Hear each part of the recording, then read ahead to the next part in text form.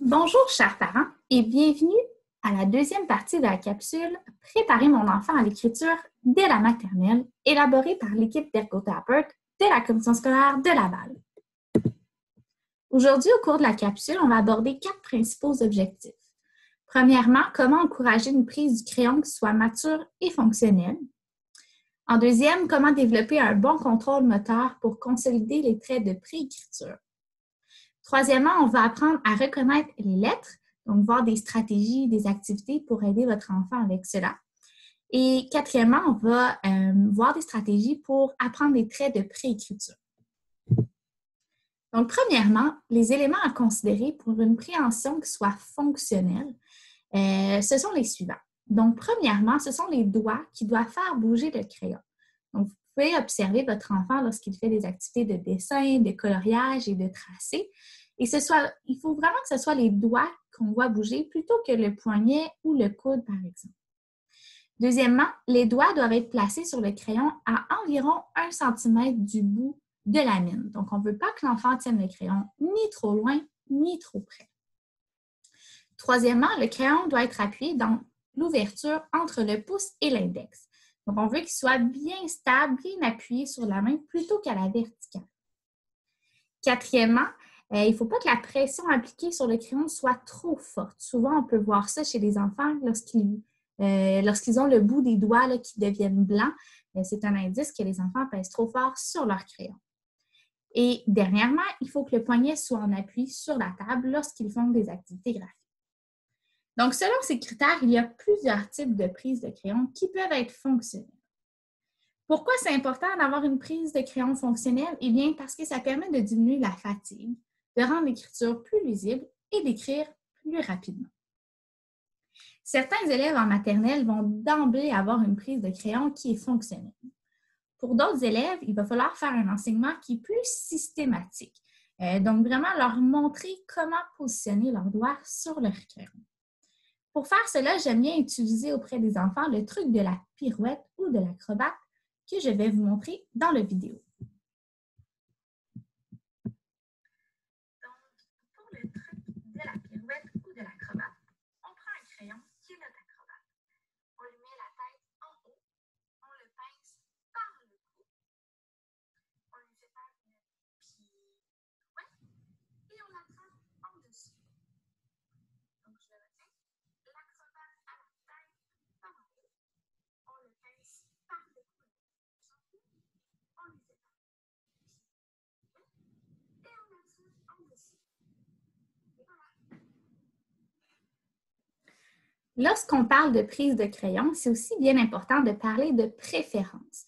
Donc, est-ce que l'enfant utilise toujours la même main pour faire des activités papier-crayon? Encore une fois, pour certains élèves, ça va sembler évident. Donc, vous allez savoir que votre enfant est droitier ou gaucher parce qu'il utilise cette main-là pour la majorité des activités de la vie quotidienne. Pour d'autres enfants, parfois, on les voit changer de main à l'intérieur d'une même activité, ce qui peut être dû, par exemple, par la fatigue. Ce qui est bien important, c'est d'encourager l'enfant à commencer et à terminer l'activité avec la même main. Donc, si l'enfant décide de commencer son coloriage avec la main droite, on peut lui placer un petit bracelet, un collant, une gommette sur la main droite pour lui rappeler de toujours garder la même main au cours d'une activité.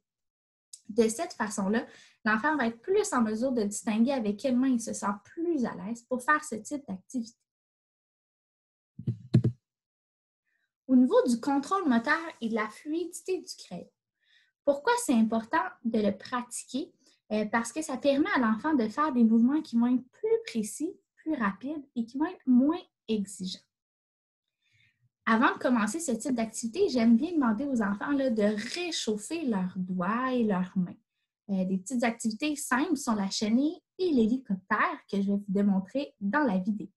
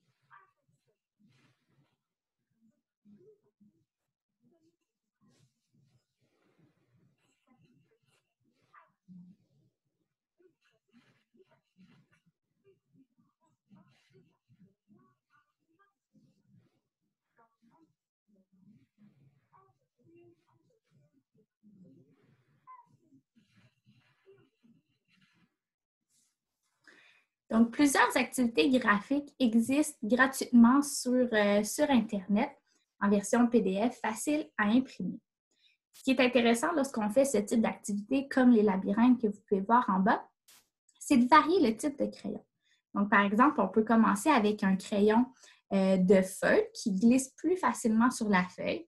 Et lorsque notre enfant est capable de le faire, que ce sont seulement les doigts qui bougent, que le poignet reste en appui pour toute la durée de l'activité, on peut changer pour un crayon de bois et même un crayon de cire qui offre une résistance plus importante sur la feuille.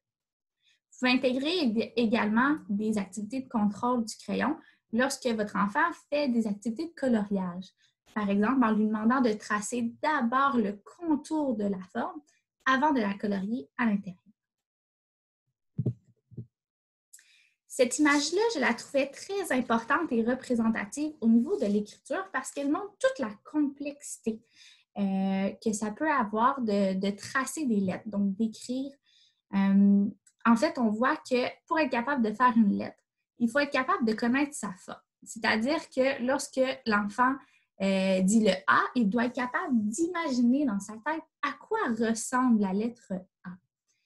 Ensuite, il faut qu'il connaisse le nom, le son de la lettre pour savoir quand l'utiliser dans un mot. Finalement, il doit être capable de connaître le tracé de la lettre. Donc, où est-ce que je mets mon crayon pour commencer? Dans quelle direction je vais? Donc, vous voyez que c'est quand même une activité qui est complexe. En maternelle, on ne s'attend pas à ce que l'élève sache tracer toutes les lettres, mais on met vraiment la base pour que ça soit plus facile ensuite en première année au niveau de la calligraphie. Apprendre à reconnaître les lettres. Si on reconnaît une lettre, c'est beaucoup plus facile de la tracer ensuite. D'où l'importance de vraiment mettre du travail là-dessus avec votre enfant. Le premier point, c'est d'exposer votre enfant le plus possible aux lettres dans le quotidien. Par exemple, créer une affiche avec les lettres et la coller sur la porte de la chambre, mettre des lettres magnétiques sur le réfrigérateur aussi. Vous pouvez aussi vous amuser à rechercher des lettres que l'enfant connaît dans un livre, dans un journal, dans un menu, dans une circulaire, dans les panneaux que vous voyez sur la route. Donc, il y a des lettres là, qui nous entourent au quotidien. Sachez, il s'agit de les utiliser. Et on peut travailler de deux façons. Donc, par exemple, si on demande à l'enfant de trouver une lettre, par exemple, trouve-moi la lettre A dans un livre, là, on va travailler la forme. On va travailler, est-ce que l'enfant sait à quoi ressemble un A? On peut aussi, dans la même activité, pointer une lettre et demander à l'enfant de la nommer. Donc là, on vient travailler le nom, le son de la lettre. Il y a aussi une panoplie d'histoires qui existe sur le marché là, pour travailler ces composantes. L'image que je vous ai mise en bas avec les différentes formes de G, je la trouvais intéressante parce que selon le type de police d'écriture, parfois d'un livre pour enfants à un autre, le même G n'aura pas la même représentation. Donc, c'est quelque chose qui peut être intéressant à mettre en lumière avec votre enfant, qu'un G peut être un majuscule, un G minuscule, un G minuscule en lettres attachées et peut même avoir une police différente d'écriture.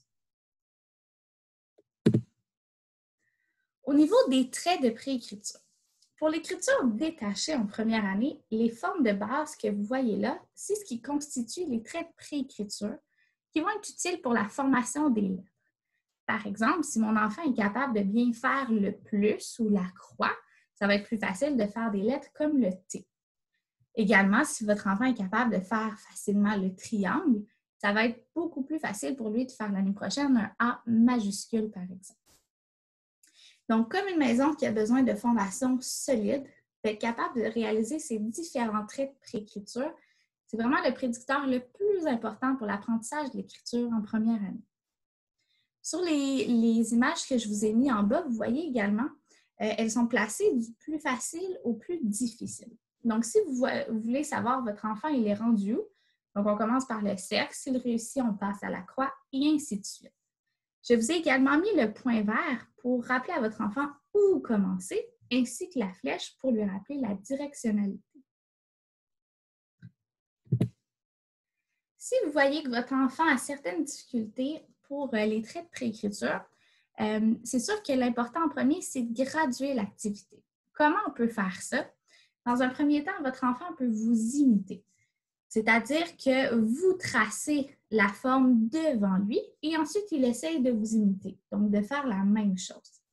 Lorsqu'il est capable de faire ça avec le trait, vous passez à la deuxième étape, soit de copier avec un modèle. Donc, l'enfant a déjà le modèle devant lui et il doit essayer de faire la même chose. Lorsque votre enfant est capable de copier avec un modèle, on passe avec la copie de mémoire. Il y a aussi quelques stratégies que vous pouvez utiliser lorsque vous voulez travailler les traits de préécriture avec votre enfant. Premièrement, l'utilisation de repères visuels est toujours très aidante. Donc, par exemple, de tracer le point de départ, de tracer une flèche pour la directionnalité. Ensuite, vous pouvez l'inciter à travailler à l'intérieur d'un espace défini, par exemple dans un tableau blanc, d'un coin à un autre d'une feuille, dans une fenêtre. Donc, c'est beaucoup plus facile pour les enfants de partir, par exemple, d'un coin jusqu'à l'autre coin pour faire un X, plutôt que de faire un petit X au milieu de la feuille. Donc, ça vient vraiment structurer l'espace lorsqu'on utilise le cadre. Ensuite, vous pouvez construire avec des objets variés comme des cordes, des bâtons de popsicle, des cure-dents, de la pâte à modeler. Donc, vous construisez la forme et ensuite, votre enfant retrace avec son doigt par-dessus. Pour certains enfants, ça peut être également utile que vous placiez votre main par-dessus la sienne. Comme ça, il sent mieux le mouvement. Donc, il sent mieux de où vous partez et la direction. Donc, vous pouvez le faire quelques fois en main sur main, puis après ça, essayez. L'enfant peut essayer de le faire seul. Pour certains élèves aussi, d'utiliser des commentaires verbaux, des images pour rendre plus évident le mouvement, ça peut être utile. Donc, par exemple, pour les diagonales, vous pouvez utiliser l'image d'un bonhomme qui glisse sur un traîneau et quand il glisse, il fait le bruit « glisse ». Donc, pour certains élèves, ça peut être intéressant pour imager, pour mieux se représenter le mouvement. D'autres stratégies, c'est sûr que c'est important de travailler un trait à la fois. Donc, lorsque vous avez fait la séquence de traits, vous trouvez le trait qui est plus difficile pour votre enfant et vous vous concentrez sur lui tant que votre enfant n'est pas à l'aise avec le trait ou la forme pour éviter de le surcharger dans les apprentissages. Également, on conseille des pratiques qui sont courtes et fréquentes. Donc, un 10-15 minutes par jour, mais quelques fois durant la semaine, va être plus efficace qu'une grosse période d'apprentissage une fois par semaine. Également, d'utiliser des médiums multisensoriels pour motiver votre enfant, donc des craies, des crayons effaçables dans les fenêtres. C'est toujours une stratégie gagnante. On peut aussi faire de grands mouvements dans un premier temps. Donc, si vous avez des crayons effaçables, par exemple, dans la fenêtre, pour certains enfants, ça peut être utile d'utiliser tout le corps pour tracer les formes avant de le faire en tout petit sur une feuille. Finalement, pour motiver votre enfant, vous pouvez l'inciter à tracer des formes pour colorier une image. Donc, par exemple, au lieu de colorier de façon standard une robe de princesse, on peut la remplir avec des petits carrés, des triangles, des X, des croix. Comme vous voyez là, sur l'exemple en bas. Vous pouvez aussi donner à votre enfant le défi de faire un dessin en utilisant seulement des formes géométriques pour l'encourager à travailler ce type de trait. Au niveau des attentes de première année, à la fin de la maternelle, il n'y en a pas beaucoup au niveau de l'écriture au bulletin. Toutefois, il y a des choses qui sont vraiment importantes d'encourager pour favoriser l'apprentissage de la calligraphie en première année.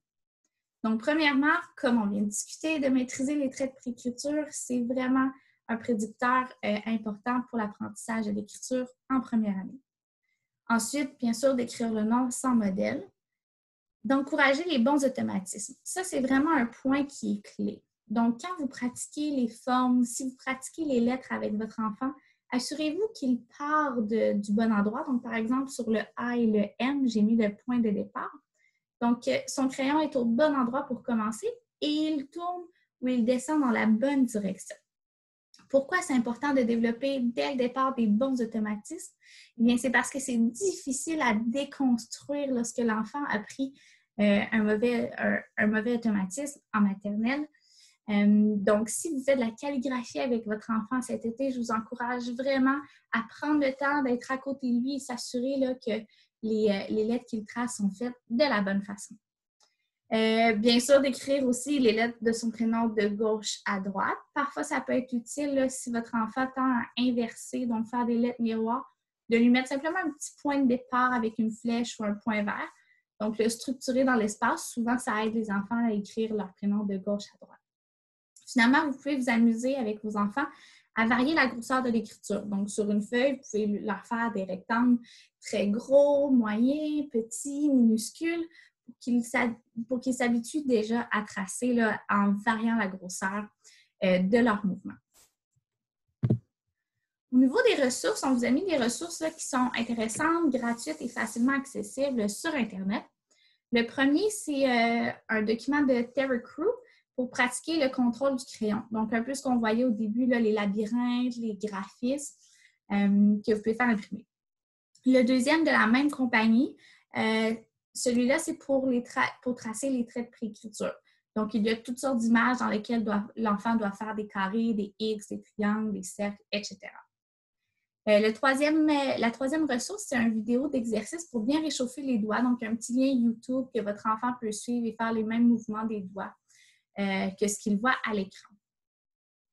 Quatrième ressource, c'est le truc de la voiture pour bien tenir le crayon. Je vous ai montré le truc de la pirouette ou de l'acrobate en début de capsule. Mais ça, c'est un autre truc là, qui peut être intéressant pour votre enfant. Donc, vous regardez avec votre enfant là, ce qui l'interpelle davantage.